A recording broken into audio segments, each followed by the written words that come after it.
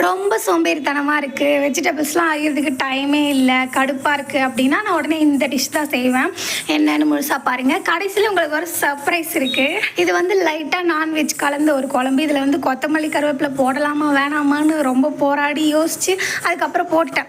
இதோட main taste கொடுக்குறது என்னென்னா, தக்காளி வந்து பியூரி பண்ணி ஊற்றணும். அதுதான் சூப்பராக இருக்கும் டேஸ்ட்டு. இதுக்கு யூடியூப்பில் என்னென்னமோ பேர் வைக்கிறாங்க, ஆனால் குழம்பு பேர் இதுதான். அதுக்கு என்னென்னமோ புதுசு புதுசாக நேம் எல்லாம் வச்சுருக்காங்க. லைட்டாக கரம் மசாலா, அப்புறம் மல்லித்தூள், அப்புறம் வந்து குழம்பு மிளகாத்தூள் அதெல்லாம் போட்டு நல்லா வதக்கி தண்ணி ஊற்றி நல்லா கொதிக்க வச்சிடலாம். நல்லா கொஞ்சம் கிரேவி மாதிரி வந்ததுக்கப்புறம் ரொம்பவும் கிரேவி ஆகிடக்கூடாது, ரொம்பவும் தண்ணியாகவும் இருக்கக்கூடாது. அந்த டைமில் கரெக்டாக வந்து முட்டையை வந்து உடச்சி குழிக்கரண்டி இருக்குல்ல, இந்த கரண்டியில் வச்சு முட்டையை அதில் போட்டுடணும். இது என்ன குழம்புனா முட்டை குழம்பு தான், ஆனால் சூப்பராக இருக்கும். எல்லாம் அவிச்சு வைப்பாங்களா, அதுவுமே நான் வைப்பேன். இது வந்து என்னோடய ஃபேவரட், சூப்பராக இருக்கும். அதே மாதிரி டக்குன்னு முடிச்சிடலாம், ரொம்ப ஒர்க்லாம் எதுவும் இருக்காது.